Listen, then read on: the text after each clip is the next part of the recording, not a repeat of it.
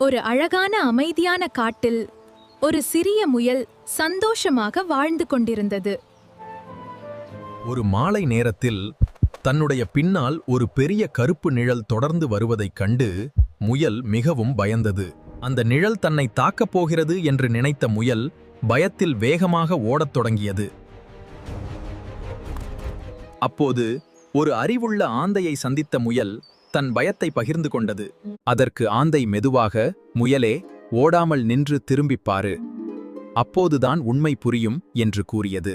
ஆந்தையின் வார்த்தைகள் முயலுக்கு தைரியம் அளித்தது.